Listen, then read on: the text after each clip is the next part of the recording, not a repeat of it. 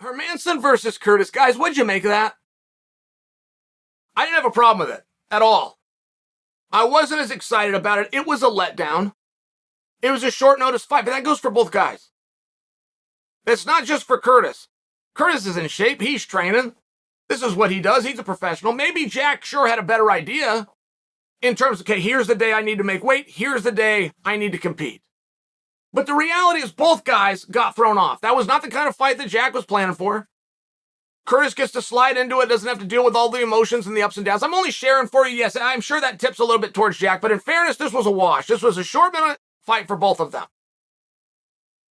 So what about that? What about short-notice fights? What about the irregularities historically can we turn to that has led to an amazing contest? And Jack came off the back end, and Jack was talking about, hey, I'm sorry, I apologize. And I can't accept the apology because I don't know what he's sorry for.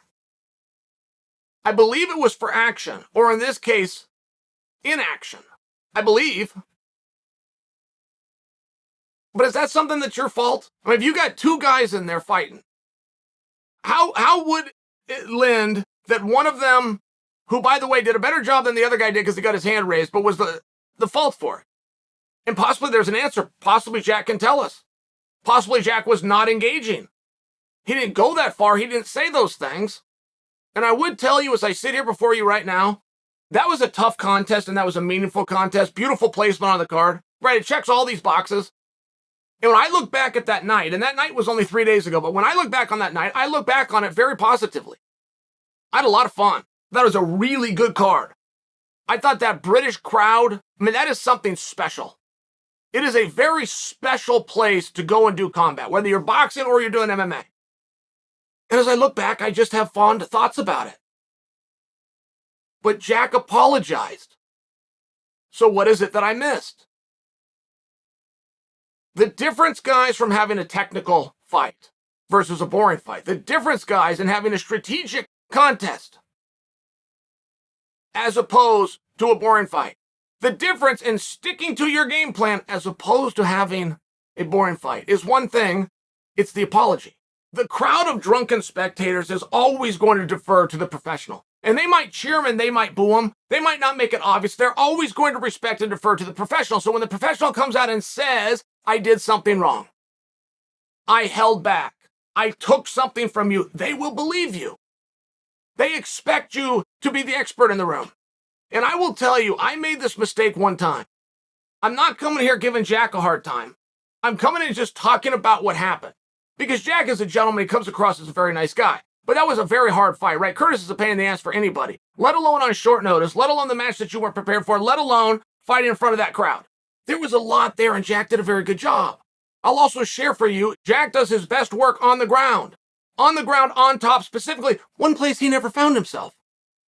There was a lot of things that Jack overcame. There was a lot of things that did not go well. And Jack made it work. And I just thought that Jack deserved a compliment. I didn't think he owed us an apology. That's the point that I'm trying to get at. Jack had said afterwards that he's very for sportsmanship and he didn't show it, that something slipped off his tongue, which means he said something to Curtis that he wished that he wouldn't have. Okay, now you have me interested. Tell me what that was. But he held back and we don't have that detail yet. And I bring this to you because what do you do from here? I mean, that's always the question. What do you do from here? Sean Strickland's got some kind of beef going with Derek Brunson right now. I went to bed last night. There was a headline, Sean Strickland accepts fight with Derek Brunson. Now, it wasn't the UFC offered him the fight. He, publicly accepts the fight with one condition, that we do it right away. Right? You know what Sean's going through. We see guys go through this. Sean's as close to undefeated as you're going to find. So now he finds his first loss. He's got to get in there. He's got to make that right. One of those things, and he's showing that, yes, in fact, that is the emotion he's going through. But for me, guys, the most obvious fight to make right now at 185, obvious, glaringly obvious, is Sean Strickland versus Darren Till. So I'm just bringing that to you in the vein of where do we go from here?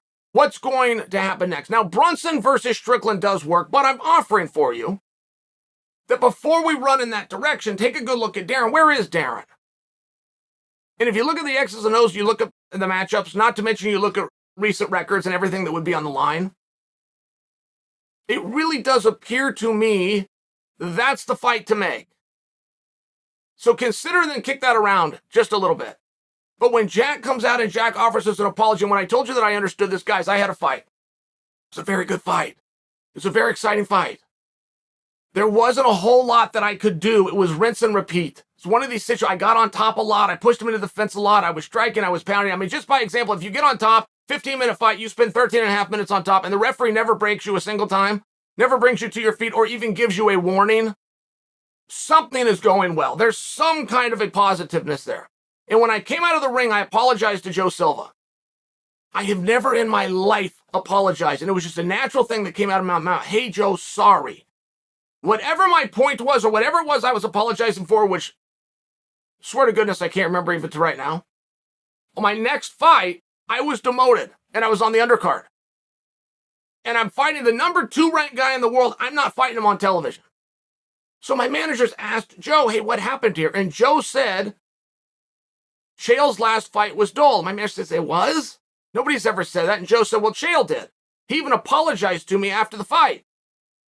So it was one of those things, right? When you think you're having this candid moment, or when you think you owe something, or when you think you have to bring somebody in. I mean, we could go to Rose and Esparza, and you can tell me that was the dullest fight that you've ever seen in your life, but I could come back and tell you that it was the hardest fight to score. I could tell you it was the closest fight, of which it just might be. Of any fight that you've ever seen in your life where you're not sure whose hand would, that's what close means. Rose Esparza is the closest fight that I've ever seen. So it's all perspective. It's just how you want to come off the back of it. Israel Adesanya was said to have had a boring fight. This is 3 weeks ago. Said to have a boring fight. This is what the critics were saying. This is what Chris Pratt himself brought to our attention. But also within those same 3 weeks, Adesanya has another fight that's going to be the biggest of the year if they get it done this year, which is going to be a main event world title fight. You can't have those things that don't go together.